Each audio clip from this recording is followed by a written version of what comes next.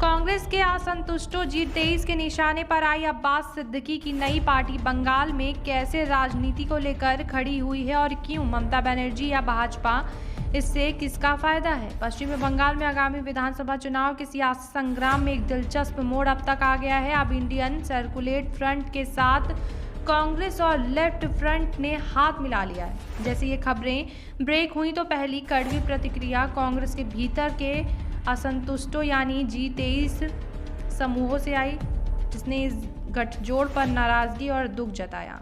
अब सवाल है कि ममता बनर्जी की तृणमूल कांग्रेस और भाजपा के बीच खास मुकाबले के मद्देनजर कांग्रेस और लेफ्ट के गठबंधन में नई पार्टी का शामिल होना बंगाल चुनाव में क्या अहमियत रखता है। चुनावी समीकरण पर आने से पहले जानिए कि ISF एक राजनीतिक पार्टी है जिसे फुरफुरा शरीफ के धार्मिक नेता अब्बास सिद्दीकी ने बनाया। खबरों की माने तो कांग्रेस के साथ गठबंधन के बाद हुए सीट समझौते के मुताबिक SIF 30 सीटों पर अपने उम्मीदवार खड़ी करने की तैयारी में है। इस पार्टी के बारे में कुछ खास बातें अब तक सामने आ चुकी हैं।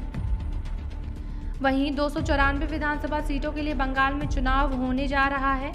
इस बीच 21 जनवरी को हुगली जिले के पीरजादा अब्बास सिद्दीकी ने नई पार्टी ISF का ऐलान किया है। देश में अमजर शरीफ के बाद दूसरा सबसे महत्वपूर्ण और पवित्र माने जाने वाला मज़ार फुरफुरा शरीफ का है, जिससे जुड़े परिवार से ताल्लुक़ रखने वाले धर्मगुरु 34 वर्षीय अब्बास ने यह पार्टी बनाई।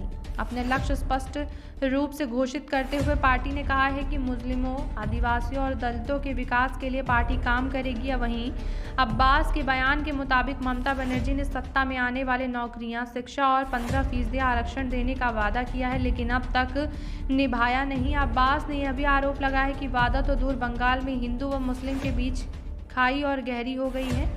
अब्बास ने कहा था कि उन्होंने ममता पर विश्वास करते हुए अपने प्रभाव के मुस्लिम समुदाय से TMC के पक्ष में वोटिंग करने को कहा था, लेकिन अब उनके समर्थक छला हुआ महसूस कर रहे हैं। इसी कारण अब्बास ने अपनी पार्टी की खड़ी करने का इरादा किया है। ममता बनर्जी के विरोध में एक समीकरण है जिसकी आगे चर्चा करते हैं। अब्बास की इस पार्टी के बारे में सबसे पहले इस तरह की चर्चा चल रही थी कि बंगाल के चुनावी मैदान में जोर आजमाइश करने जा रहे अजमुद्दीन ओवैसी की पार्टी AIMIM के साथ ISF का गठजोड़ हो सकता है।